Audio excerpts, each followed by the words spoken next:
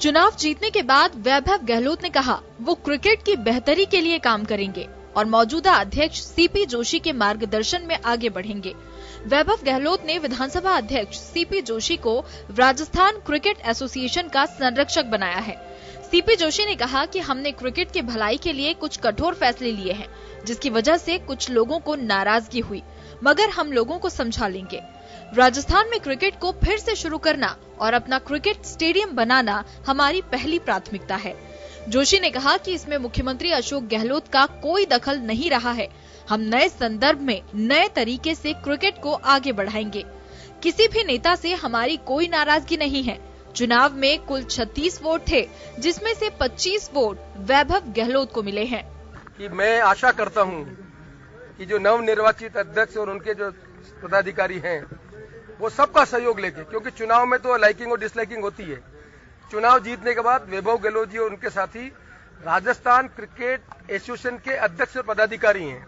सारे राजस्थान के जितने क्रिकेट संघ हैं, सारे जितने राजस्थान के क्रिकेट प्रेमी हैं, उन सब की आशा के अनुरूप राजस्थान में अच्छी क्रिकेट कराए, जिससे राजस्थान की क्रिकेट और ऊंचाइयां प्राप्त कर सके, ऐसी हम आशा करते हैं। चुनाव जीते हैं और हम सबको साथ लेके, तमाम साथी जो पॉजिटिव थे, जो हम सबको साथ लेके राजस्थान में क्रिकेट का कैसे विकास हो, इस दिशा में काम करेंगे। हमारे आदरणीय सीपी साहब, आज हमने प्रस्ताव पारित किया है कि हम आदरणीय सीपी साहब को महाराष्ट्र का चीफ पैट्रन के लिए प्रस्ताव पास किया है। और आगे भी हम आपके सपना, चाहे वो नया स्टेडियम बने जयपुर में, चाहे जो युवा क्रिकेट के प्रति रुचि रखते हैं, जो युवा इसमें आगे बढ़ना चाहते हैं, हम उनको आगे कैसे बढ़ाएं, ये हमारा लक्ष्य होगा। गौरतलब है कि कांग्रेस नेता रामेश्वर डूडी के मैदान में कूद जाने से वैभव गहलोत और रामेश्वर डूडी के बीच जोरदार टक्कर की बात सामने आ रही थी। इस बीच रामेश्वर डूडी की अध्यक्षता वाले नागौर क्रिकेट एसोसिएशन की मान्यता रद्द कर दी गई, जिसके बाद से ही वैभव की जीत तय मानी जा रही थी। डूडी गुट ने इन चुनावों में सरकारी मशीनरी का दुरुपयोग करने का आरोप लगाया है। हिंदुस्तान के किसी भी चुनाव में, मतलब इवन नक्सली इलाकों में ऐसा नहीं होता होगा जैसा यहाँ हो रहा है, जैसा यहाँ हो रहा है। मतलब पराकाष्ठा है यार, पराकाष्ठा। बता दें कि वैभव गहलोत ने पिछले ही महीने क्रिकेट के राजनीतिक मैदान में एंट्री ली थी। उन्हें राजसमंद क्रिकेट एसोसिएशन के कोषाध्यक्ष पद पर नियुक्त किया गया था। अब माना जा रहा है कि अध्यक्ष चुने जाने के बाद उनकी भारतीय क्रिकेट कंट्रोल बोर्ड यानी बीसीसीआई में प्रवेश करने की राह आसान हो जाएगी।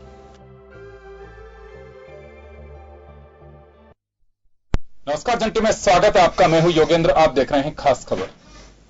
खास खबर में हम बात कर रहे हैं राजस्थान आरसीए की। राजस्थान क्रिकेट एसोसिएशन की पिच पर वैभव गहलोत बैटिंग करेंगे और ये बैटिंग कैसी होगी देखने वाली बात है। अवसर बहुत अच्छा है। अगर वाकई वैभव जिस मकसद के साथ में बैट लिया उन्होंने, अगर वास्तव में बैटिंग अच्छी करेंगे तो मुझे लगता है कि राजस्थान क्रिकेट के लिए एक अच्छी बात हो सकती है। लेकिन वास्तव में जिस तरह की पिच पहले तैयार हुई और जिस तरह से उसमें कंकड़ पत्थर और कहेंगे कि पिच में जो उलझने थी बयानबाजी की, अगर वह सब कुछ चलती रही तो मुझे लगता है कि क्रिकेट हाथ से भी जा सकता है, इसे इनकार भी नहीं किया जा सकता। लेकिन पॉजिटिव सोचना चाहिए कि राजस्थान क्रिकेट का भला होना चाहिए, क्योंकि सबसे बड़ी विडंबना यही रही हमारे यहाँ की कि यहां पे आपसी गुटबाजी का शिकार आरसीए वर्षों से चला आ रहा है और अगर ये गुटबाजी चलती रही तो खेल प्रतिभाओं पर इसका विपरीत असर पड़ता है। हमारे साथ वरिष्ठ पत्रकार दिनेश शर्मा साहब जुड़े हुए हैं। दिनेश जी ने कई ऐसी टीमें देखी हैं जिन्होंने आरसीए की पिच पर बैटिंग की है, किसी ने बॉलिंग की है, किसी की गिल्लियां उखड़ी हैं। तो कैसा रहा पूरा ये वैभव के आने के बाद, इसके क्या मायने हो सकते हैं और क्या कुछ रहेगा, इसको लेकर के हम चर्चा करेंगे। हमारे साथ जितेंद्र जादव साहब भी जो वैभव समर्थक हैं जुड़े हुए हैं इस वक्त। मैं से आपसे जानना चाहूंगा कि किस तरह से देखा जाना चाहिए, वैभव के हाथ में आरसीए की कमान आई है, इसे कैसे देखा जाए? देखिए, मैं समझता हूं देखने का ढंग तो यही होना चाहिए कि वे काफी प्रभावशाली रहेंगे। और खेलों में प्रभावशाली व्यक्तियों की जरूरत रहती है, क्योंकि प्रभावशाली व्यक्ति जहां भी होता है, पहली बात तो गुटबाजी को दबा सकता है, दूसरी बात यह कि रिसोर्सफुल होता है तो सारे रास्ते निकाल सकता है, जहां भी कहीं संकट आता है वह रास्ता निकाल सकता है। तो इस दृष्टि से तो बहुत अच्छा है कि कोई प्रभावशाली व्यक्ति इस पोस्ट पे आया है। लेकिन समस्या वहां आती है जहां आप ये समस्याएं सुलझाने की जगह समस्या बन जाते हैं, क्योंकि होता क्या है कि अमूमन जैसे ही कोई पार्टी का बड़ा नेता आता है, छुटभइये जो नेता होते हैं वो भी अपने आप को उतना ही प्रभावशाली समझ करके संघ में घुसने की कोशिश करते हैं। मैचों की जब पैसेज की बात आती है तो देखिए आप, इतनी लाइन लग जाती है, इतना ज्यादा क्षेत्र बढ़ जाता है कि उसमें सबसे ज्यादा परेशानी खेल से जुड़े लोगों को आती है। तो वो दृष्टि अगर जद्दोजहद होती है, उसकी भी अलग ही पिक्चर है। जी जी, वही मैंने कहा, उस चीज को अगर हटा दिया जाए कि जो नकारात्मक प्रभाव उसके आते हैं, तो मैं समझता हूं कि प्रभावशाली व्यक्ति का किसी भी स्पोर्ट्स संघ में होना बहुत जरूरी होता है। और खिलाड़ी खुद लेके आते हैं, ऐसा नहीं है क्योंकि बाकी जो आरसीए वाले ने सपोर्ट किया है तभी तो वैभव गहलोत आ पाए हैं। तो मैं समझता हूं कि अच्छी पारी, अच्छी बैटिंग उन्हें करनी चाहिए, चौके छक्के लगाने चाहिए, जिससे कि पिछला जो खराब प्रदर्शन था उसकी भरपाई हो जाए और एक नई पारी खेले राजस्थान क्रिकेट संघ, बिना किसी भेदभाव के, बिना किसी पक्षबाजी के। तो बहुत अच्छा एक शुरुआत का मौका है, तो अच्छी ओपनिंग कर सकते हैं। अभी मयंक अग्रवाल ने दोहरा शतक लगाया, तो ऐसा ही बढ़िया शतक भी लगाते हैं तो बहुत अच्छी पारी होगी उनकी। जी बिल्कुल। चले, जितेंद्र जादव जी हमारे साथ जुड़े हुए हैं। जितेंद्र जी, वैभव आरसीए के अध्यक्ष बने, आप उन्हीं के गुट से ताल्लुक रखते हैं, आपको बहुत बहुत शुभकामनाएं और उम्मीद की जानी चाहिए कि अच्छी पारी वैभव खेलेंगे। लेकिन इससे पहले मैं एक बात कहना चाहूंगा कि रामेश्वर डूडी ने एक आरोप लगाया है कि पूरी सरकारी ताकत को लगा दिया गया है वैभव को पिच पे रुके रहने के लिए, और ये क्रिकेट के लिए अच्छी बात नहीं कही जा सकती है। सरकारी मशीनरी का दुरुपयोग किया गया है और पूरी सरकार का मकसद केवल एक ही था कि कैसे भी करके वैभव को अध्यक्ष बनाया जाए। यह एक आरोप है रामेश्वर डूडी का। सर, ये उनकी पर्सनल विचारधारा है, बाकी ऐसा कुछ भी नहीं है। कोई सरकारी मशीनरी का प्रयोग नहीं किया गया। बाकायदा अगर सरकारी मशीनरी का प्रयोग किया जाता तो मुझे नहीं लगता कि उनको 6 वोट भी मिलते विपक्ष को। और जो उनको जिस तरीके से 25 वोट जो मिले 31 में से, बहुत अच्छा मैंडेट मिला है उनको। और वैभव गहलोत जो नई शुरुआत है उनकी क्रिकेट जगत में, तो मुझे लगता है कि उनसे अच्छा मेरे अनुभव के अनुसार कोई क्रिकेट कंट्रोल बोर्ड का अध्यक्ष इस लायक था नहीं। वैभव गहलोत जो है बहुत मजबूत और युवा सोच, युवा विचारधारा, और पहली बार उनको मौका मिला है, तो उनको इस नजरिए से, गुटबाजी के नजरिए से ना देखा जाए। वो बहुत अच्छी छवि के हैं। उनके पिताजी श्री अशोक गहलोत जी जो तीसरी बार मुख्यमंत्री बने राजस्थान सरकार के, तो उनकी अच्छी सोच, अच्छी विचारधारा, न किसी जाति, न किसी विशेष किसी को महत्व देने, सभी को साथ लेके चलने वाले ये जो गहलोत साहब हैं, उन्हीं की विचारधारा से वैभव गहलोत जी है। चलिए दशरथ, आपने पूरा ये देखा, स्टार्टिंग के ड्रामे से लेकर के और एक्चुअल में जो पोजीशन आई सामने, वहां तक का ये सफर देखा है। कई मोड आरसीए के इस उठापटक में आए सामने, कानूनी दलीलें भी दी गई, सारी बातें हुई। लेकिन वैभव के चुने जाने के बाद में क्रिकेट प्रेमी जैसे दिनेश जी साथ में बैठे हुए हैं, मीडिया से वर्षों से ये देख रहे हैं, किस तरह की चर्चा है वैभव को लेके? देखिए, वैभव गहलोत का जो रास्ता अख्तियार आज से 2 से ढाई महीने अगर अपन फ्लैशबैक में जाते हैं, तो उनको पहले एंट्री कराने की कोशिश की गई थी। जोधपुर से उनको सेक्रेटरी बना के या ट्रेजरर बना के उनको आरसीए में एंट्री कराई जाए, लेकिन उसके बाद सीपी जोशी ने पूरी कमान संभाली, राजसमंद से उनको ट्रेजरर बनाया गया। उसके बाद एक व्यू रचना उनके लिए बनाई गई कि वो कैसे एंट्री पा सकते हैं क्रिकेट में। और उसके बाद राजसमंद से जैसे ही वो ट्रेजरर बने थे, हमने उस खबर को फ्लैश भी किया था कि वैभव गहलोत की एंट्री आरसीए में होगी। सबसे पहले हमने खबर प्रमुखता से उसको दिखाई थी कि आरसीए में वैभव गहलोत की एंट्री होगी अब, और वो भी रास्ता राजसमंद के जरिए वो जयपुर तक पहुंचेंगे। उनके चुनाव को लेकर कई कयास लगाए जा रहे थे। जब ये बवाल हुआ उस वक्त सबसे पहले खबर ये थी कि वैभव गहलोत अशोक गहलोत के बेटे हैं, तो ऐसे में वो निर्विरोध उनका निर्वाचन तय है। लेकिन जिस प्रकार रामेश्वर डूडी बीच में आए, और रामेश्वर डूडी का जो क्षेत्र है, रामेश्वर डूडी को जब नागौर क्रिकेट एसोसिएशन का अध्यक्ष बनाया गया, नांदू जो वहां के सेक्रेटरी थे, उन्होंने एक चुनाव करवाया और उसके बाद में उनको अध्यक्ष बनाया गया। उस वक्त सवाल ये खड़ा हुआ था कि आरसीए की तरफ से कोई ऑब्जर्वर वहां नहीं भेजा गया, आरसीए की तरफ से कोई ऑब्जर्वर नहीं भेजा गया। हालांकि उनका तर्क ये था कि उन्होंने वो पूरी प्रक्रिया अपनाई, आरसीए को उन्होंने बाकायदा फोन किया ऑब्जर्वर भेजने के लिए, ऑब्जर्वर नहीं गया। ऐसे में वहां की कार्यकारिणी तय की गई। उसके बाद में उनको वहां का अध्यक्ष बनाया गया। उस दिन तय हो गया था कि रामेश्वर डूडी आरसीए का चुनाव लड़ेंगे। लेकिन इस पूरे चुनाव प्रक्रिया में एक सवाल जरूर खड़ा होता है ललित मोदी को लेकर। ललित मोदी भले ही लंदन के अंदर है, लेकिन आज भी बीसीसीआई के अंदर ललित मोदी को लेकर डर बैठा हुआ है।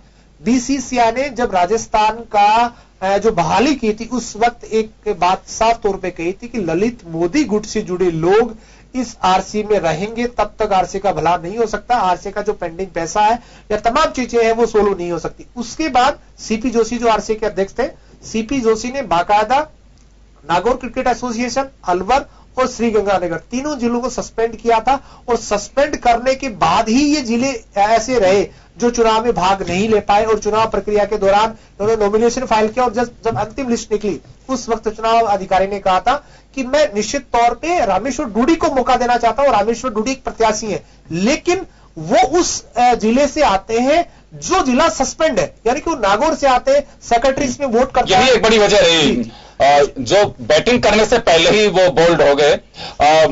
मैं एक बार फिर दिनेश जी के पास जाना चाहूंगा। दिनेश जी, दर्शक कह रहे हैं कि बीसीसीआई में एक डर है अभी भी ललित मोदी का, ललित मोदी विरोधी काफी सारे लोग होंगे। और क्योंकि ललित मोदी की स्टाइल आप भी देख चुके हैं, मैं भी देख चुका हूं, चैंपियंस ट्रॉफी हो चाहे आईपीएल, वो अपने अंदाज से चलते हैं, वो किसी को कुछ नहीं समझते थे। उनका ये अड़ियल जो रुख रहा, देखिए ये तड़ी पार कहें चाहे देश से वांटेड हो, ये अलग एक विषय है, लेकिन क्रिकेट को लेकर के उनका जो इशू रहा, ये कहा जा सकता है कि उनके प्रतिद्वंदी थे।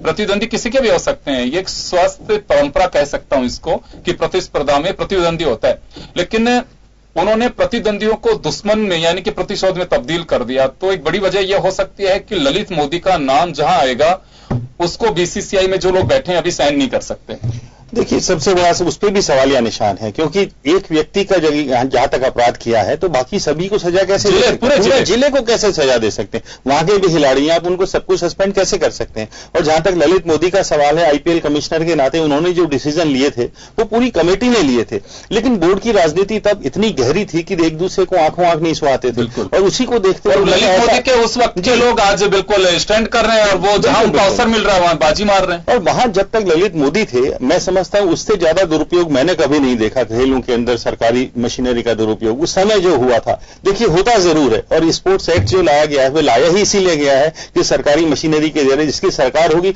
उसकी स्पोर्ट्स एसोसिएशन होंगी। बाकी आप देखें क्रिकेट के अंदर जिस तरह से उस समय हुआ था वैसा अभी नहीं हुआ है, लेकिन परोक्ष रूप में तो देखिए इस्तेमाल होता ही होता है। एक बात जानना चाहूंगा जी, मैं रूंगटा ब्रदर्स का भी वो देखा हूं, जब से आप पे मुझे लगता है कि हमने जब जर्नलिज्म आए होंगे तब आप पे कई पारी खेल चुके थे, लेकिन उस वक्त से भी देख रहा हूं, मुझे नहीं लगता उस वक्त को सरकार का कोई दखल हुआ करता था। ललित मोदी के पदार्पण के बाद सरकारों का दखल बढ़ गया, मुझे ऐसा लग रहा है। देखिए, रूंगटाओं ने भी ऐसे इंतजाम कर रखे थे कि दूसरा कोई आ ही नहीं सकता था, क्योंकि उन्होंने जिला संघों को अलावा व्यक्तिगत मेंबर बना रखे। यही बड़ी वजह है कि ललित मोदी की वजह से राजस्थान में पनप नहीं पाए। वो उनके तोड़ के लिए उन्होंने ऐसे रास्ते अपनाए जो पूरी सरकारी मशीनरी का दुरुपयोग हुआ, क्योंकि उसके अलावा रूंगटाओं को पराजित करने का कोई तरीका था ही नहीं। उनके परिवार के 56 लोग थे, 33 जिला संघ थे, तो उनको कौन कैसे हरा सकता था? ये इसलिए सारी मशीनरी का दुरुपयोग किया गया। और उस समय वोटिंग राइट सब सेक्रेटरीज को देके प्रॉक्सी ले ली गई थी। इससे ज्यादा दुरुपयोग क्या हो सकता है? लेकिन वो चीज अलग हो गई। बाकी ललित मोदी ने भला भी किया क्रिकेट का बहुत। ये सारा इंफ्रास्ट्रक्चर आप देख रहे हैं सब उन्हीं की देन है, मेंटेन भी नहीं हो पाया, मेंटेन भी नहीं हो सकता और होगा भी नहीं आगे, क्योंकि जिस हिसाब से अब उनका जो वैधस था, उसका जो स्टाइल था, उसके आगे कोई बोल नहीं सकता था। अब वैसा कोई डिक्टेटर आएगा नहीं और ऐसा दोबारा से होगा नहीं। तो यहां जरूरत इसी बात की है कि प्रभावशाली व्यक्ति वहां हो और अंदरूनी राजनीति को जो है उसको दबा के रखे। होगी हर जगह, देखिए जहां स्वार्थ है वहां राजनीति होगी, लेकिन उसे दबा कर रखे और क्रिकेट को सही राह पर चलाए। जो सिफारिशें आती हैं, जो असल में पैसा कमाने की कोशिश में लगे रहते हैं जिला संघ, उनके छोटे मोटे पदाधिकारी, उन पे अंकुश लगाने की जरूरत है, तभी क्रिकेट सही चल पाएगी। जी जितेंद्र जी, आपके पास में आना चाहूंगा। देखिए, एक बड़ी उम्मीद है, वजह साफ है, वैभव गहलोत एक आम आदमी की तरह होते तो मुझे लगता है कि चलिए ठीक है, आरसीए को अध्यक्ष बनाए, लेकिन वह वैभव गहलोत हैं, अशोक गहलोत के पुत्र हैं और राजस्थान में सत्ता है। इस नाते लोगों की दो नजरिए से उम्मीद है कि अच्छा वैभव गहलोत बने हैं तो एक बड़ी कवायद है, बड़ा नाम है, और दूसरा फ्यूचर प्लान को लेकर के हर व्यक्ति चाहता है कि राजस्थान में क्रिकेट का उत्थान होना चाहिए, क्रिकेट पटरी पे आना चाहिए, और कहीं भी कोई हर्डल है उन्हें सॉर्ट आउट करके, क्योंकि राजस्थान एक वो प्रदेश और यहाँ की जो स्थितियां हैं, यहाँ पे आज भी जो खिलाड़ी हैं, फॉरेनर्स जो हैं, उनकी एक इच्छा होती है कि जयपुर में मैच होना चाहिए, चाहे यहाँ का वेदर हो, चाहे यहाँ के जो दर्शक है उनका उत्साह हो, यहाँ जो हुटिंग होती है लोग देखते हैं। मैं ये नहीं कहता कि क्रिकेट प्रेमियों का जोश और कहीं कम होगा, लेकिन उनकी प्राथमिकता में होता है हॉस्पिटलिटी हो, चाहे दूसरी चीजें हो, यहाँ एक लगता है उनको। क्योंकि बीच में बैन रहा तो एक मायूसी रही, बहुत सारे लोग कहीं मुंबई देख करके आ रहे थे कि प्रेम जिनका होता है वो देखते ही हैं। तो ये उम्मीद की जा सकती है कि गुटबाजी से अलग हट करके अब कुछ चीजें हो सकती है उनको परेशानी रहा। हालांकि उनके जो अभी बता रहे हैं कि राजनीतिक गुरु हैं सीपी जोशी, वो उनके साथ में जैसा बता भी रहे हैं कि कंधे से कंधा मिला करके और चलेंगे, और उन्होंने कह भी दिया था कि मेरे 3 मकसद पूरे हो रहे हैं, उसके बाद में मैं छोड़ दूंगा आरसीए, मुझे कोई मतलब नहीं है, मेरे से जो सहयोग हो पाएगा मैं जरूर करूंगा, लेकिन आरसीए में मेरा दखल नहीं होगा। तो फ्री एंड है वैभव गहलोत, तो किस तरह की उम्मीद की जानी चाहिए? सर बिल्कुल उम्मीद, वैभव जी बिल्कुल अपनी जितने भी लोग हैं क्रिकेट प्रेमी, उनकी सबकी नजरों में बिल्कुल खरे उतरेंगे, और मुझे पूरा विश्वास है कि वैभव गहलोत किसी के दबाव में नहीं आने वाले। और जो क्रिकेट संघ पे जो काले धब्बे लगे थे अभी ललित मोदी के टाइम में, बीजेपी गवर्नमेंट के टाइम में, तो वो सारे धब्बे साफ होंगे, और वैभव गहलोत का नेतृत्व मुझे लगता है क्रिकेट के इतिहास में राजस्थान में गौरवमय होगा। और जितना भी उनके पिताजी हैं वैभव गहलोत हैं, अपने सीपी जोशी जी हैं, ये कभी किसी इनके ऊपर कोई दाग नहीं लगा है, बेदाग व्यक्ति हैं। तो मुझे लगता है कि ये बहुत अच्छी तरीके से बखूबी से क्रिकेट एसोसिएशन को बड़ी मजबूती देंगे और अच्छी तरीके से चलाएंगे। चलिए एक बात मैं जानना चाहूंगा, जो अभी सवाल भी खड़ा किया अभी दिनेश जी ने, कि एक व्यक्ति ने अगर कहीं कुछ कर दिया तो उसका खामियाजा दूसरे लोगों को क्यों भुगतना पड़े? और कायदे से तो ये देखा जाना चाहिए कि अगर ललित मोदी ने जो गलती की तो सजा उन्हीं को मिलनी चाहिए। उनके बेटे का रिजेक्ट कर दिया गया, उनके नाम जहां पे भी आ गया, अब तो ये कहा जाता है बीसीसीआई की कंडीशन है शायद ये कि ललित मोदी का जहां भी दखल या उनका नाम जहां पे भी आएगा उसको खारिज कर दिया जाएगा। 3 जिले अगर सस्पेंड है तो मुझे लगता है कि वहां की प्रतिभाओं के साथ भी अन्याय हो रहा है। और उससे पहले भी वो खुद को अलग कर चुके हैं, 2 साल पहले ही उन्होंने क्रिकेट से अपने आप को अलग कर लिया। तो ये उसके बाद में ऐसी सजा देना जायज तो नहीं है। ललित मोदी का भय कहें या वास्तव में, क्योंकि जो आदमी क्रिकेट से अभी अलग हो चुके, या हमारी कमजोरी इसको कहें कि हम उस प्रॉब्लम को सॉर्ट आउट ही नहीं कर पाए, चाहे डॉक्टर सीपी जोशी हो, चाहे फिर अभी वर्तमान रजिस्ट्रार भी हो, तो रजिस्टर क्यों सॉर्ट आउट नहीं कर पा रहे हैं उसको? भाई आप पे कोई भी कंडीशन रख करके आप गवर्नमेंट का ऑब्जर्वर लगा करके आप वहां पे इलेक्शन करा सकते हैं। देखिए मेरी डेमोक्रेटिक सिस्टम है। तो देखिए मेरी समझ से तो यह है कि दुश्मन को किसी भी तरह उठने का अवसर ही नहीं देना है। बोर्ड ने ये नीति अपना रखी है और यहाँ राजस्थान क्रिकेट संघ ने भी वही नीति अपनाई, क्योंकि जरा सा अवसर देती कहीं वो फोनिक्स की जैसे उठ करके दोबारा आ गया तो काफी मुश्किलें साबित हो सकती हैं। ललित मोदी नहीं है, लेकिन तब भी उनके साथ में 9-10 जिले मौजूद हैं। और उसके अलावा आप देखिए थोड़ा सा भी प्रलोभन में यदि आते हैं तो इधर उधर उड़ने लौटे जिला संघ जिस तरह आप देखते आ रहे हैं बरसों से, उसी तरह लुढ़क करके दूसरे पाले में जा सकते हैं। और ये स्थिति यही एक बड़ी वजह है कि जो ढुलमुल जो लोग हैं उन्हीं की वजह से जो आज बैठे हैं वो भी इनसिक्योर हैं कि कोई पता नहीं इन लोगों का कि जिनको हम लेकर के आए हैं वो कभी किसी के खास थे, तो ये कोई गारंटी नहीं कि आज हमारे खास हैं कल हमको भी छोड़ के जा सकते हैं। अभी सत्ता बदली और वापस के सारे समीकरण बदल जाएंगे इसमें कोई। लेकिन आपके पास आना चाहूंगा, वैभव के सामने चुनौतियां किस तरह की हो सकती हैं? अभी देखिए वैभव गहलोत के लिए इतना आसान नहीं होगा क्रिकेट को चलाना, क्योंकि वैभव गहलोत राजनेता है लेकिन क्रिकेट में वो नए हैं। हालांकि उन्होंने सीपी जोशी को अपना गुरु माना है, लेकिन सबसे बड़ा सवाल ये है कि वो जो जिला क्रिकेट संघ है उनको लेकर किस तरह साथ चले। सबसे बड़ा सवाल ये है कि बीसीसीआई से जो पैसा रुका हुआ है पिछले 4 से 5 साल का, जो करोड़ का पैसा रुका हुआ है, जिससे डोमेस्टिक आपका क्रिकेट नहीं हो रहा है, जिले के जो क्रिकेटर वो यहाँ नहीं आ पा रहे। ताज्जुब तो शायद दिनेश इस चीज को जानते हैं, राजस्थान की जो टीम है उसमें ज्यादा खिलाड़ी 7 से 8 खिलाड़ी बाहर के प्रदेशों के खेलते हैं। राजस्थान खेलती है, कहते हैं राजस्थान की टीम रिप्रेजेंट करती है, रणजी ट्रॉफी में करती है, तमाम चीजें करती है, लेकिन उसमें खिलाड़ी राजस्थान के नहीं है। उसमें 4 से 5 खिलाड़ी आपको राजस्थान के नजर आएंगे, बाकी बाहर के खेलने आ जाते हैं। तो सवाल बड़ा ये है कि क्या वैभव गहलोत उसको रोक पाएंगे? क्या ये जिला क्रिकेट संघ है वहां से क्रिकेटर? अब यहाँ सवाल ये है कि अभी तक पिछले 4 साल में हमने लगातार ये देखा कि आपके कोर्ट ने कमेटी बना दी। कमेटी तय करती थी कि ये टीम सेलेक्ट होगी, इसमें 3 सेलेक्टर होंगे। अब उन सेलेक्टर का कोई बंदा जानकार है या किसी थ्रू वो सेटिंग करते हैं, उसके माध्यम से किसी क्रिकेटर का नंबर आ गया। अब बेचारा जो गांव का बच्चा जो अच्छा खेलता, तमाम चीजें करके आया, वो जयपुर तक पहुंच के आरसीए की बाउंड्री के बाहर तक रहता, वो अंदर एंट्री नहीं कर पाता क्योंकि उसको मौका ही नहीं दिया जाएगा ट्रायल का। ट्रायल में भी आपने देखा, शायद दिनेश जी बहुत अच्छे से जानते हैं जिसको, 3-4 आप गेंद फेंकोगे, 2 बार बल्ला घुमाओगे, आपका ट्रायल हो गया। ये हुआ है आरसीए में पिछले 4-5 साल में। अब वैभव गहलोत के सामने सबसे बड़ी यही दिक्कत है, फेयरनेस की आवश्यकता होगी और राजस्थान के क्रिकेट प्रेमी या क्रिकेट के जो प्लेयर्स हैं उनको अवसर मिले, सबसे बड़ी बात ये होगी। अब निश्चित तौर पर एक सवाल उन्होंने ये कहा, डॉक्टर सीपी जोशी साहब ने भी यही कहा कि मेरा मूल एक काम बच गया आरसीए में जो वैभव गहलोत पूरा करेंगे। उन्होंने कहा कि आईपीएल मैच लाना, तमाम चीजें होना, ये सब क्लियर हो गया। लेकिन उन्होंने कहा कि जिस प्रकार से गुजरात में एक स्टेडियम अभी तैयार हो रहा है, पीएम नरेंद्र मोदी उसको पूरा हैंडल कर रहे हैं और तकरीबन 1 लाख स्ट्रेंथ वाला वो स्टेडियम बन रहा है, ऐसा स्टेडियम जयपुर में क्यों नहीं बने? हालांकि पिछली सरकारों में एक कवायद रही है, दिल्ली रोड पर जगह भी देखी गई, वहां पर उसका काम भी शुरू हुआ, लेकिन 4 से 5 साल में कुछ नहीं हुआ। सीपी जोशी ने यह कहा कि वैभव गहलोत, मेरा अगर कोई उसमें योगदान हो सकता है तो मैं करूंगा, और वहां पर जयपुर के लिए एक ऐसा स्टेडियम दिल्ली रोड पे बनाया जाए जो आने वाले वक्त में 50,000 या इससे ज्यादा के स्ट्रेंथ वाला हो। क्योंकि जो आपका आरसीए का स्टेडियम है, आप जानते हैं दिनेश जी बहुत अच्छे से, ये क्रीड़ा परिषद का ही ग्राउंड है और एमओयू के तहत चलता है, उसमें भी आपको आरसीए पूरे पैसे दे नहीं पाता, आरसीए के पास खुद का ग्राउंड नहीं है। तो आरसीए यह भी चाहता है कि वैभव गहलोत अगर अध्यक्ष बने, पूरा पैनल हमारे साथ आया है और सरकार कांग्रेस की है, तो वो स्टेडियम दिल्ली रोड पे बनेगा और उस स्टेडियम में 50 से 60,000 स्ट्रेंथ वाला होगा जो खुद आरसीए का होगा, उसमें किसी क्रीड़ा परिषद का कोई दखल नहीं होगा, ताकि क्रिकेट राजस्थान का आगे बढ़े। चलिए, मैं दिनेश जी के पास में जाना चाहूंगा एक बार। दिनेश जी, किस तरह के चैलेंजेस हैं वैभव के सामने? देखिए, मैं समझता हूं स्टेडियम वगैरह से कोई क्रिकेटर्स का भला नहीं होता है, वो सिर्फ इसलिए काम आता है। सुविधा है आपके पास? जी, सुविधा है, और दूसरा ये कि उसको इस्तेमाल किया जाता है लोगों को मोबिलाइज करने के लिए, उसके अलावा इसका कोई बहुत ज्यादा यूज नहीं है। सबसे बड़ी चुनौती यह है कि जिला संघों के जो स्वार्थ होते हैं उनके ऊपर अंकुश कैसे लगाया जाए।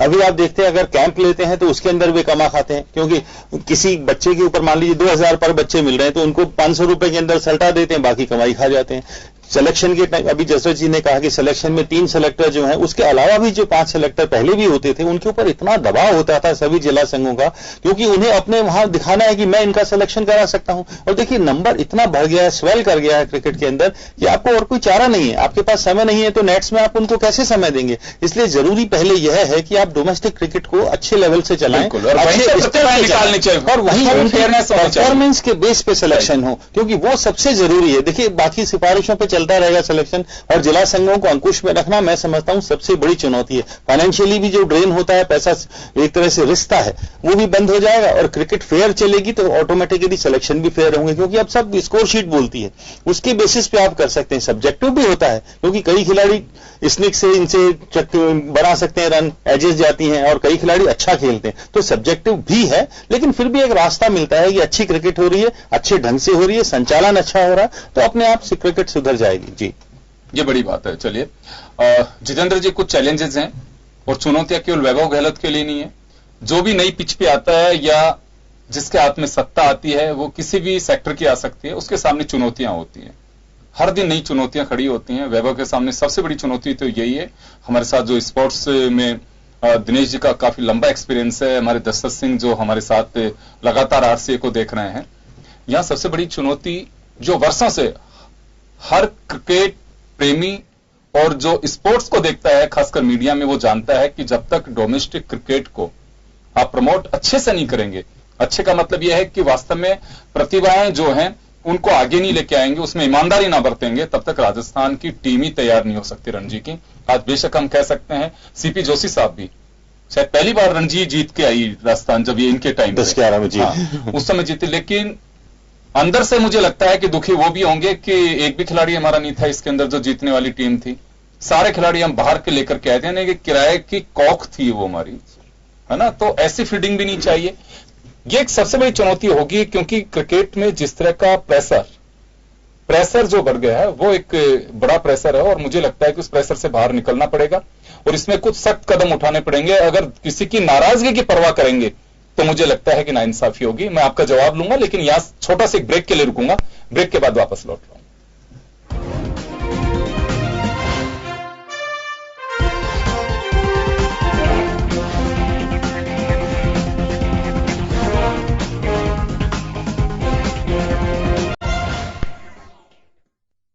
के बाद एक बार फिर आपका स्वागत है। आप देख रहे हैं खास खबर। बात कर रहे हैं हम राजस्थान क्रिकेट एसोसिएशन के चुनाव हो चुके हैं, जिसमें जो पिच जमी है उस पे वैभव अपनी बैटिंग करेंगे और कैसी पारी खेलते हैं सबकी निगाहें इस पे टिकी हुई हैं। चलिए, जितेंद्र जादव साहब, वैभव जी के सपोर्टर हमारे साथ हैं इस वक्त।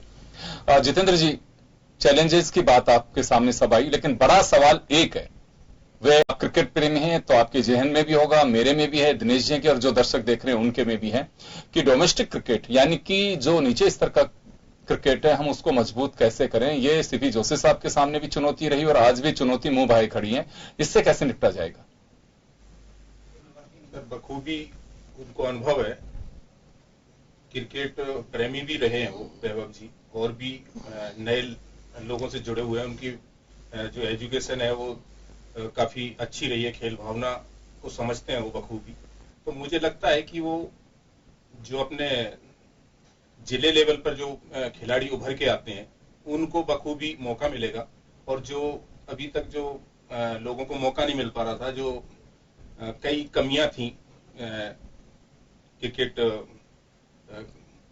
कमेटी में, वो कमेटी में दूर होंगी वो कमियां, और बखूबी अच्छी तरीके से वो लोग वैभव जी इस कमी को दूर करेंगे। देखिए जितेंद्र जी, यहाँ उम्मीदें वैभव गहलोत से ज्यादा यूं की जानी चाहिए, इसमें कोई डाउट भी नहीं है। देखिए, क्रिकेट हो चाहे स्पोर्ट्स हो, हर सरकार का सॉफ्ट कॉर्नर स्पोर्ट्स के प्रति है, इसमें कोई डाउट नहीं। पिछले वर्षों से सुविधाएं भी बढ़ी हैं तो पदक भी बढ़े हैं इंडिया के, राजस्थान से ऐसे प्रतिभाएं हैं जो विश्व स्तर पे अपना नाम दर्ज कराया है। सरकार भी चाहती है, सरकार के पास में एक तो कोई किसी डेलीगेशन के माध्यम से जाएगा कोई, या कोई कहेगा कि मेरा एमएलए जानकार है, वो सीधा मुख्यमंत्री से संपर्क में, स्पोर्ट्स मिनिस्टर से संपर्क में, या कोई सांसद को मिनिस्टर के जरिए जाएगा। लेकिन यहाँ वैभव गहलोत अगर किसी चीज की डिमांड है तो वो सीधे अशोक गहलोत से बात कर सकते हैं, उनके बेटे हैं। एक बड़ा एडवांटेज है ये, क्योंकि हिमाचल बहुत छोटा सा प्रदेश, लेकिन अनुराग ठाकुर काफी कुछ प्रभावशाली वहां पे रहे और मुझे लगता है कि काफी कुछ करवाया भी उन्होंने, जैसे लोग बताते हैं। वहां पे धर्मशाला जैसी जगह में आप देखिए क्रिकेट किस तरह से खेला जाता है वहां पे। वहां लगता है कि एक तो डेस्टिनेशन स्पोर्ट्स के जरिए भी उन्होंने इस तरह से डेवलप कर दिया। तो इस नाते उनसे एक उम्मीदें भी बढ़ गई हैं लोगों की कि वैभव गहलोत है तो चले कुछ होना चाहिए। देखिए, सीपी जोशी राजनीति के खाटी पॉलिटिशियन है, वो जानते हैं, तो जो 64 है उसको मुकाबला कर सकते हैं। उन्होंने ये बात तो सही है कि वर्षों से जो बैन लग रहा था उसको खुलवाने की कोशिश करके आईपीएल करवा दिया उन्होंने। ये कि उनकी उपलब्धि रही कि वापस से पटरी पे लेकर के आए। जैसे 3 मकसद बता रहे हैं, उनमें से 2 पूरे भी कर लिए। तीसरा मकसद है जो, चलिए देखे तो इंफ्रास्ट्रक्चर है कि कितना पैसा आता है, आपको बीसीसीआई कितना आपको सपोर्ट कर पाता है, ये सारी चीजें उस पर डिपेंड करेंगी। लेकिन यहां मूल जो ग्रास रूट और जो न्यू मजबूत करने की जो जरूरत है वह वैभव गहलोत कर सकते हैं। उम्मीदें बहुत सारी हैं उनसे। बस एक, जैसे मैंने कहा कि वो सीधा डायलॉग जहां हर्डल्स है उन्हें दूर करने के लिए सरकार से कर सकते हैं। बिल्कुल पूरा प्रयास करेंगे वैभव जी। और अभी स्पोर्ट्स में मिनिस्टर हैं हमारे अशोक चांदना जी, तो वो भी बखूबी तरीके से स्पोर्ट्स को देख रहे हैं, और उनके नेतृत्व में कई जहां भी कोई प्रोग्राम होता है, स्टेडियम वगैरह जो भी तैयारी करवा रहे हैं, और बखूबी वो रोज क्रिकेट प्रेमी भी हैं और क्रिकेट उससे खेल से भी रखते हैं। कल पोलो में मैच था उनका, तो काफी खेल प्रेमियों को बड़े उत्साह से देखना चाहते हैं कि राजस्थान का गौरव इतिहास, क्रिकेट के इतिहास में उनका मान सम्मान बढ़े, और वो बखूबी वैभव जी उसको पूरा करेंगे। एक ये उम्मीदों की बात की जाती है यहाँ पे। कभी भी कोई देखा जाता है कि हाँ कोई बड़ा आदमी पिच पे आ गया है तो उम्मीद की जा सकती है, क्योंकि आपको ध्यान होगा जब सचिन बैटिंग करते थे और खासकर उस पोजीशन में, जैसे आप को मालूम है साउथ अफ्रीका में कहाँ मैच था जब इंडिया का स्टार्टिंग उसी के अंदर शायद अजय जडेजा भी थे उस समय, सचिन भी थे, और वो इंडिया की टीम हारी उस समय। ये बात मैं बता रहा हूं आपको 2002-03 के आसपास की वर्ल्ड कप की बात। तो गावस्कर ने लिखा था उस वक्त कि उम्मीदें इतनी नहीं पालनी चाहिए कि बिल्कुल आप जैसे भगवान से उम्मीद करते हैं इस तरह से। एक इंसान है, आप बेशक आप क्रिकेट के भगवान के रूप में आप देखते हैं सचिन को, लेकिन वो भी एक इंसान है। तो उम्मीदें जब इतनी ज्यादा हो जाती हैं वो व्यक्ति विशेष से होती हैं। तो यहां वैभव के साथ में उम्मीदें ज्यादा जुड़ गई। देखिए, उम्मीद तो क्रिकेट आजकल अपने आप चलता है, वैभव गहलोत हो या कोई और हो, क्रिकेट अपने आप चलेगा, क्योंकि इतना ज्यादा क्रिकेट के अंदर पैसा है, इतना ज्यादा दोहन क्रिकेट का हो रहा है कि क्रिकेट को चलाना मजबूरी है। अब देखिए, कोर्ट ने दखल दिया था, लोढ़ा कमेटी बनाई थी, क्रिकेट ने तब भी चलता रहा, अब भी चल रहा है, लेकिन अब स्थिति कैसी है, और ज्यादा पेचीदा हो गई, लेकिन क्रिकेट चल रहा है। तो सारी समस्याएं जो है क्रिकेट अपने आप ही सुलझा लेता है। लेकिन सबसे बड़ी जो जरूरत राजस्थान में मैं समझता हूं वह है ईमानदारी की। सभी अपने अपने प्रयासों में यदि ईमानदार रहते हैं, जैसे जिला संघ है वे अपने प्रयासों में ईमानदार रहे, अनड्यू प्रेशर ना लाएं सिलेक्शन के अंदर, फेयर क्रिकेटर्स को जितना ड्यू है उतना दें, बाहर के क्रिकेटर्स को लाके खिलाएं ना पैसे के लालच में। तो ये चीजें होती हैं। ऊपर से यदि आप जैसे पास बांटते हैं तो पुराने जो खिलाड़ी हैं उन्हें ज्यादा दिए जाने चाहिए, उभरते खिलाड़ियों को ज्यादा दिए जाना है, बजाय राजनेताओं को आप बांटते हैं। वो आते हैं, उनके ड्राइवर्स आते हैं, बड़े बड़े अधिकारियों के, और कोई आता नहीं है। तो आपको यहां ईमानदारी की जरूरत है, पैसा सही ढंग पे सही जगह से वो हो। अच्छा, उसके अलावा क्या है, अभी आप कुकुरमुत्ते की जैसे एकेडमियां उग रही हैं, जिसे देखो एकेडमी बनाता है उसमें जो खिलाड़ी होते हैं उन्हें एक तरह से बरगलाते हैं, सपने दिखा दिखा करके उन्हें पैसे ऐंठते हैं। तो आपको यहां इन चीजों पर अंकुश लगाना होगा कि बच्चे जो है उनका किस तरह से दोहन हो रहा है, न पढ़ाई में जा पाते हैं न खेल में जा पाते हैं। तो आपको उन बच्चों का भी ध्यान रखना चाहिए। और जैसे हितों का टकराव वाली बात आती है, वहां उन्हीं कोचेस को आप यहाँ पे सिलेक्टर बना देते हैं, तो उनके अपने बच्चों को तो लेके आएंगे ही आएंगे ना। तो यहाँ पे ये माना जा सकता है कि क्रिकेट न केवल राजस्थान, खासकर मैं हिंदुस्तान में तो यही देख पा रहा हूं, यह केवल ओबलाइज करने का एक प्लेटफॉर्म बन गया है। और ओबलाइज करने के साथ ही जो सेलिब्रिटीज या जिनको आप ओबलाइज करें उनके लिए एक मनोरंजन का एक पिच बिठा करके बैठा रहे हैं। बहुत ज्यादा खेल से मतलब नहीं उनको, वो बॉलिंग पे चाहे आपके पठान की लगे या फिर किसी और की लगे, चाहे क्रिस गेल की लगे, बस उनको चौका लगता हुआ दिखना चाहिए और स्टेडियम के अंदर बस चीयर करना दिखना चाहिए, कि माना जा सकता है कि इसे ओबलाइज किया जाता है। बड़े फ्रैंकली स्पीकिंग, क्रिकेट अब खेल नहीं है, क्रिकेट अब बिजनेस है। अब बिजनेस को बिजनेस की तरह आप चलाते हैं। आपको ज्यादा से ज्यादा लोग मैदान में आने चाहिए। मुझे ध्यान है यहाँ पे आईपीएल जब हुआ था तो मैदान की बाउंड्रियां छोटी कर दी गई थी, सारे नियम जो है बल्लेबाजों की तरफ आपने मोड़ दिए थे, क्योंकि गेंदबाजों को कौन देखना चाहता है, चौके छक्के लगते देखने चाहते हैं। तो आपको सब बिजनेस के मॉड्यूल के ऊपर आजकल क्रिकेट को डेवलप किया जा रहा है। तो ऐसे में स्थिति बड़ी, एक तरह से मैं समझता हूं कि बड़ी निराशाजनक हो गई है, क्योंकि आप खेल तो भूल गए और आप बिजनेस के पीछे जा रहे हैं। तो यहां आपको थोड़ा सा अंकुश लगाने की जरूरत है, लेकिन मैं नहीं समझता कि इसमें कुछ हो पाएगा, क्योंकि जो बड़े बड़े क्रिकेटर्स हैं उन्होंने भी हाथ खड़े कर दिए, उसी बैंड वैगन में वो भी बैठ गए कि हम तो, जो क्रिकेट का ये परिवर्तन है, ये इवोल्यूशन का दौर है। अब इवोल्यूशन और सारी जनता जब एक तरफ है, आप कैसे प्रतिरोध करेंगे? मुझे ध्यान है रणजी खेले हुए अच्छे अच्छे खिलाड़ी जिनका नाम रहा है रणजी के अंदर राजस्थान में, उनसे जब बात की जाती है तो कहते हैं कि अरे भैया काय के पास भूल जाते हैं हमें, पास तो अब गया दौर, वो बिल्कुल भी नहीं है। तो जादव साहब ये बड़ी उम्मीद इस बात को लेकर के है, उम्मीद व्यवस्था को बदलने की। वास्तव में जो डिजर्व लोग करते हैं उनको क्रिकेट में रेस्पेक्ट मिलना चाहिए, लेकिन अभी तो सिर्फ ये हो रहा है कि ओबलाइज करने का प्लेटफॉर्म, अपने बिजनेस डील्स कैसे कर सकते हैं, हम उसको मनोरंजन कैसे कर सकते हैं, उन लोगों का एंजॉय कैसे करा सकते हैं, बस ये एक साधन बन करके रह गया। बिल्कुल सही कह रहे हैं आप, इसमें कोई कमी नहीं है। अभी तक जो होता रहा वो बिल्कुल बिजनेस के हिसाब से ही होता रहा, और उम्मीदें की जाती हैं इंसान से, बाकी समय आने पर ही पता चलता है कौन क्या करता है। बाकी वैभव जी जिस तरीके से उनके पिताजी का रिकॉर्ड रहा है, और मुझे लगता है पूरी उम्मीद के साथ ही अपन विश्वास कर सकते हैं कि वो अपने बातों पे और उस पर खरा उतरेंगे और क्रिकेट के इतिहास को वो नया इतिहास बनाएंगे। और जो अभी तक जो पास वगैरह जो आप बता रहे हैं, तो सच्चाई यही है कि जो रणजी ट्रॉफी वाले हैं या कोई भी प्लेयर है तो उनको पास नहीं मिल पाते। पास अभी तक जो देखा गया है कई उसमें मैचों में लोग पासों को अपने ब्लैकमेल करते हैं, 200-300 रुपए का पास उसको 1000 रुपए में देते हैं। हाँ, ब्लैक में बेचते हैं। तो ये कई कमियां हैं, तो इन कमियों पे अब जैसे नजदीक हैं वैभव जी कई लोगों के, क्रिकेट प्रेमियों के, तो वो सारी चीजें उनको समझने को मिलेंगी। तो मुझे लगता है पूर्ण तरीके से वो उन चीजों पे विराम लाने की कोशिश करेंगे। चलिए, श्याम सुंदर शर्मा साहब वरिष्ठ पत्रकार हैं, हमारे साथ में जुड़े हुए हैं इस वक्त, उनसे मैं जानना चाहूंगा। श्याम जी, आरसीए की पिच तैयार हो, उस पे बैट के साथ में वैभव गहलोत आ भी गए हैं, ये बैटिंग कैसी मानी जाए वैभव की, कुछ फोरकास्ट कर सकते हैं? देखिए योगेंद्र जी, निश्चित रूप से कहा जा सकता है कि आज आरसीए को निश्चित रूप से पूर्णकालिक अध्यक्ष के रूप में अध्यक्ष मिला है, और ये सब चीजें कहा जा सकता है कि सीपी जोशी के माध्यम से ही खेली जाएगी। उनको आज मुख्य संरक्षक बना दिया गया है, तो अब मुख्य संरक्षक कहेंगे वही सब कुछ होगा।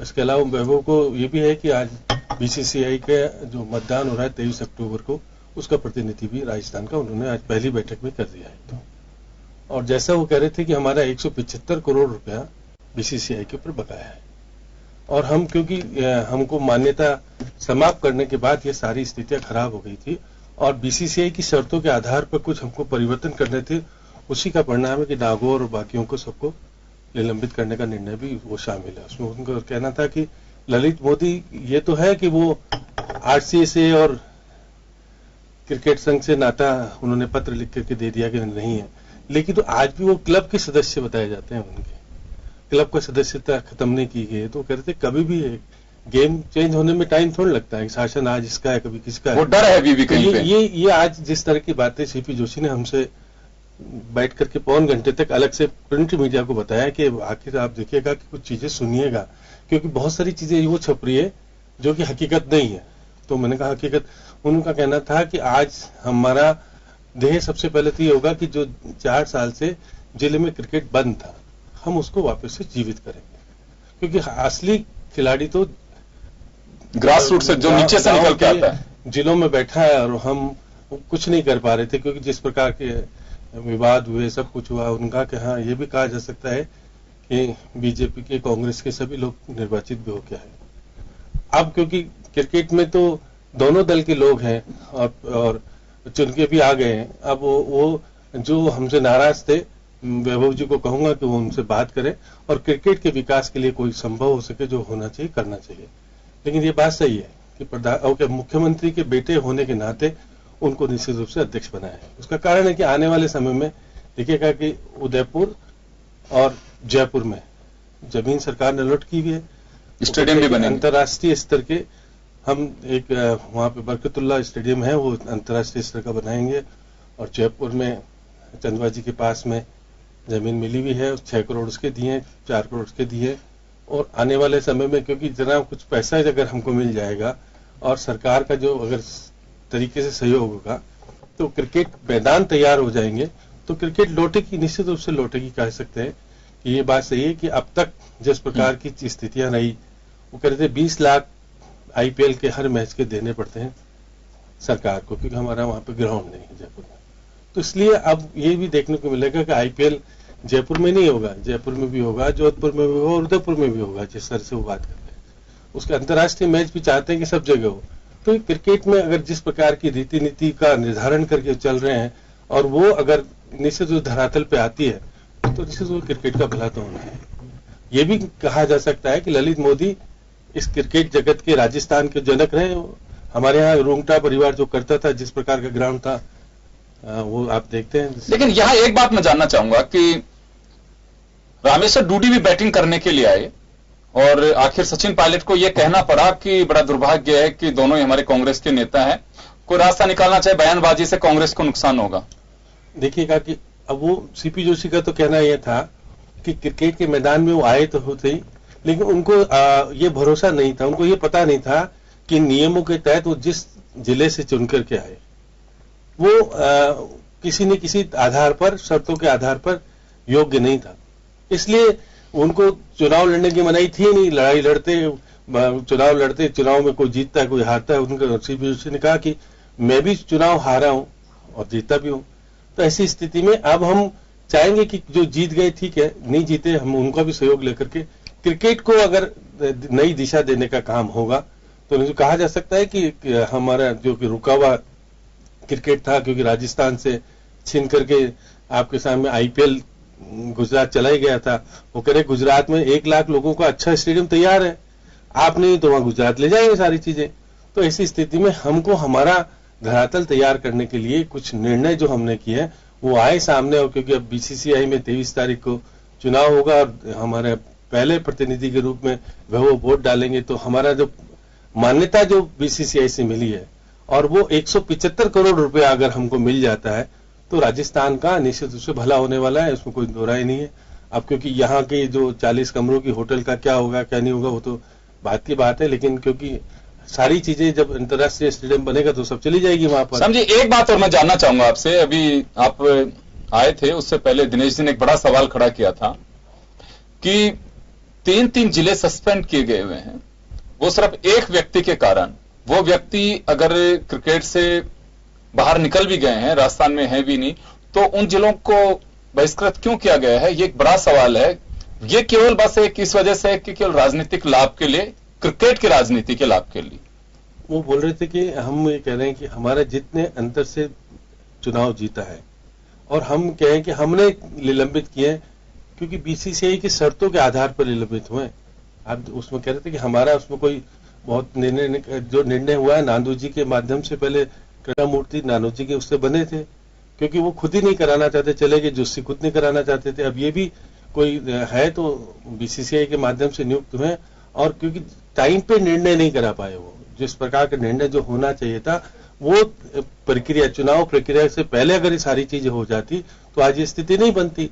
अब क्योंकि वो आरोप हम पे लगा रहे हैं, हम कह रहे हैं कि शर्तों के आधार, बीसीसीआई की शर्तें अगर देख लेंगे तो निलंबन वगैरह का सब करने का अगर नहीं करेंगे तो हमको मान्यता नहीं मिलेगी। तो मान्यता लेना सबसे जरूरी है क्योंकि हम अंतर्राष्ट्रीय स्तर पर नहीं कर सकते अपने आप को साबित, इसलिए हमको आईपीएल लेना है, अंतर्राष्ट्रीय गेम लेने और बीसीसीआई से सहायता लेनी है तो उनको शर्तों को मानना पड़ेगा। वो शर्तें लोढ़ा कमेटी के आधार पर शर्तें बनी हुई है, उस शर्तों को माना गया, उसके आधार पर कुछ चीजें हुई है। और क्योंकि अब भी वो तो बात कोर्ट सामने है, अगर वो चाहेंगे तो जाएंगे कोर्ट में तो वो जो निर्णय होगा वो सामने आएगा। लेकिन क्योंकि अब प्रक्रिया के तहत चुनाव का जी निर्धारण। लेकिन एक दूसरी बात और बताऊंगा मैं आपको कि यहाँ पे क्योंकि डूडी अपने आप को यहाँ पे गुट तो बन गया उनका कि चले डूडी गुट, लेकिन डूडी यहाँ मजबूती से पिच पे टिक नहीं पाए क्योंकि 6 वोट मिले उनके गुट को और 25 वोट मिले वैभव गहलोत को, तो ये बड़ा दिन रात का अंतर है इसमें।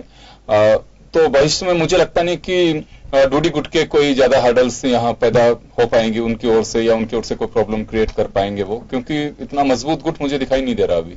देखिएगा, मैं यही तो कह रहा हूँ कि बीजेपी के लोग भी निर्वाचित होके आए।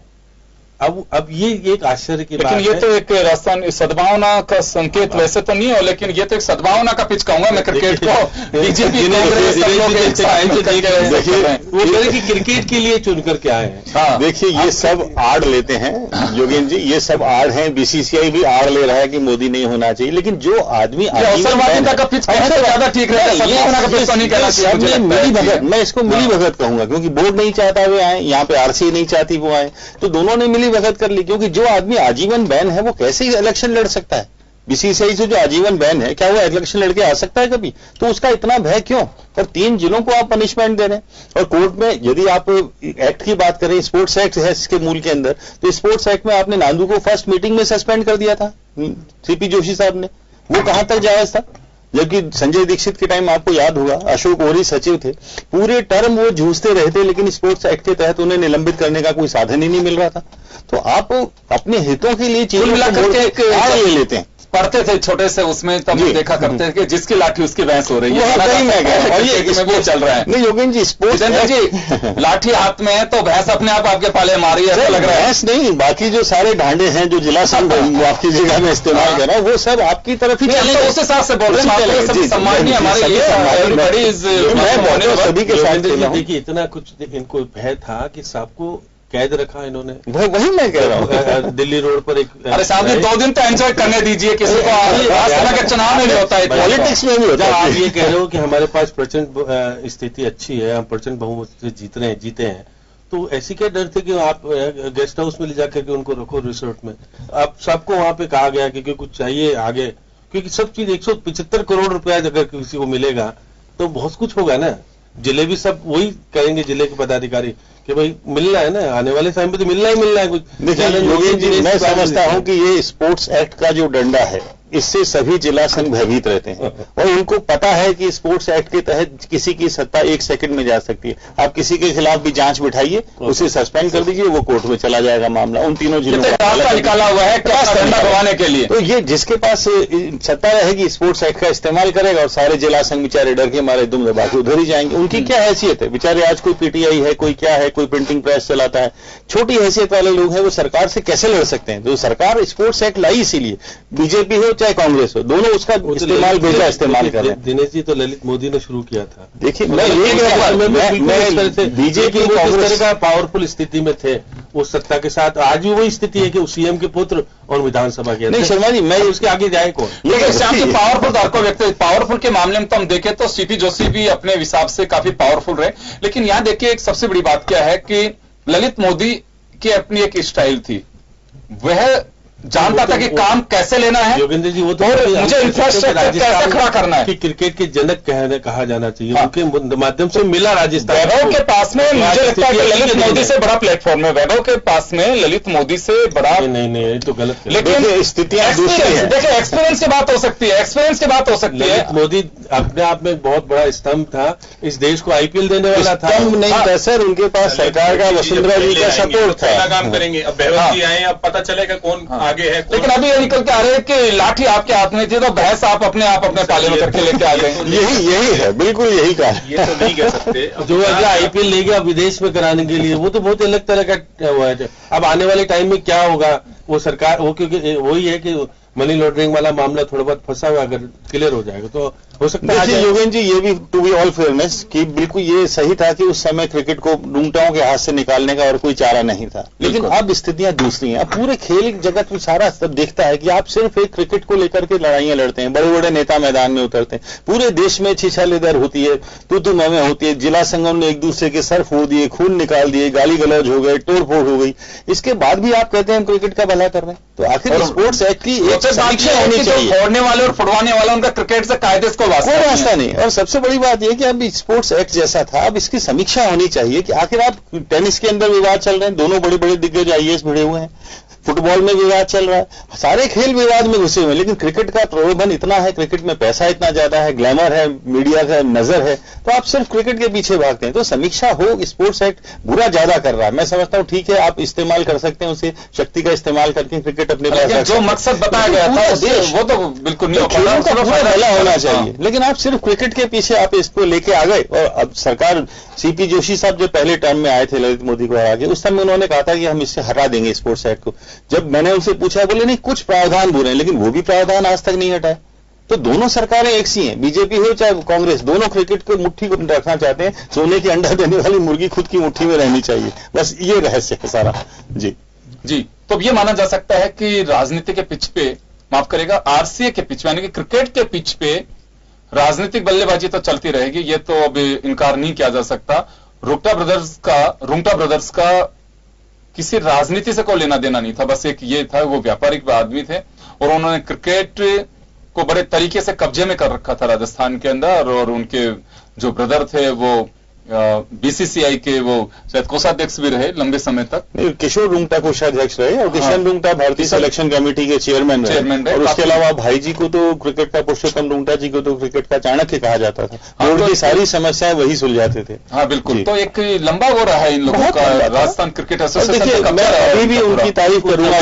पैसा नहीं था नहीं शर्मा जी, उन्होंने अपनी जेब से पैसा लगाया, टीमें आती थी वो अपने घर में उन्होंने वो बनाया, साथ में अपने घर में माना उसके अंदर क्रिकेट मैच उसमें खाना खिलाते थे, टीम बच्चों की तरह रखते थे। और क्रिकेट में 11 में उन्होंने कभी कॉम्प्रोमाइज नहीं किया। ठीक है, बाकी खिलाड़ी कैसी हो, लेकिन क्रिकेट को लेकर के बहुत ईमानदार थे। और किशन रुंगटा जी की तो मैं आज भी बहुत तारीफ करूंगा कि असली क्रिकेटर थे, क्रिकेट को समझते थे और बहुत अच्छे से वो क्रिकेटर को आगे प्रमोट करते थे। तो उस दृष्टि से उनमें कोई बुराई नहीं थी, सिर्फ यही था कि वो सत्ता रखने के मोनोपोली के उन्होंने ऐसे अपना रखे थे कि उनकी तोड़ बहुत मुश्किल थी। जी बिल्कुल।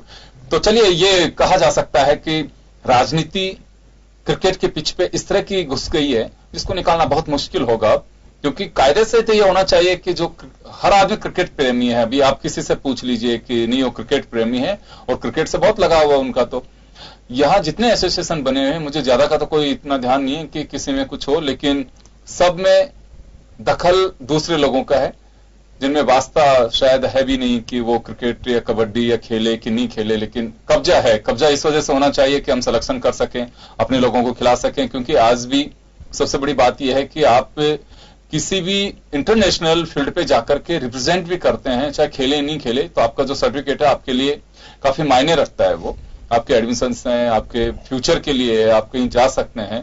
तो ये एक बड़ी धारणा बनी हुई है कि अपने लोगों को ऑब्लाइज किया जा सकता है, लेकिन क्रिकेट में ऑब्लिगेशन दूसरे तरह के भी हैं। आप किसी को टिकट दे करके और कह सकते हैं कि देखते हैं भी हम प्रेसिडेंट बॉक्स में किस तरह से लोगों के हुजूम होता है, लोग किसके आवाभगत में लगे रहते हैं, सेक्रेटरी बॉक्स में किस तरह की पोजीशन होती है।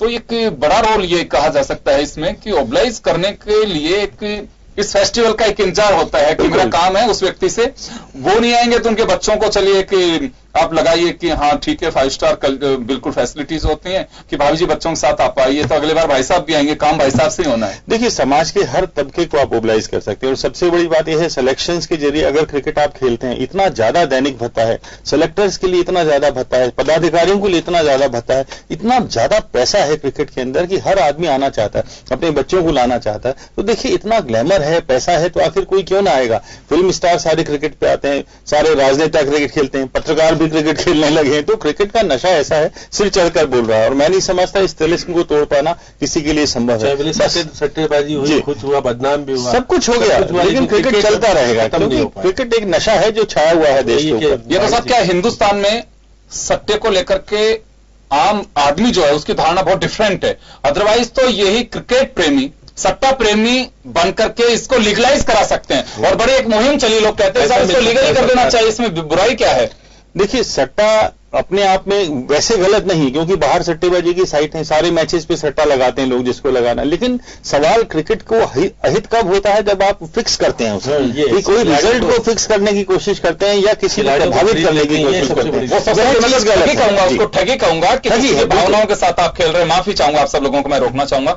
तो चले, कुल मिलाकर के हम वैभव गहलोत को शुभकामनाएं देते हैं, उनकी टीम को शुभकामनाएं देते हैं, और राजस्थान के क्रिकेट का भला होना चाहिए, एक बड़ी उम्मीदें हैं, क्योंकि आप जिस प्लेटफॉर्म्स के जरिए आए हैं या जो आपकी पहचान है वो एक बड़ी पहचान है, और उम्मीद की जानी चाहिए कि उसी पहचान के जरिए क्रिकेट का भला हो पाएगा। सीपी जोशी जैसे दावा कर रहे हैं या उन्होंने जो सोचा है वो पूरा हो पाएगा।